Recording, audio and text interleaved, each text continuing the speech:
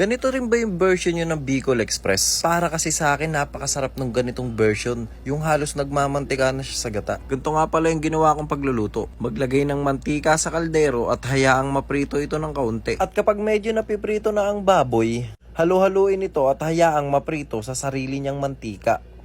At kapag naprito na ito sa sariling mantika, hanguin at tayo na't maggisa.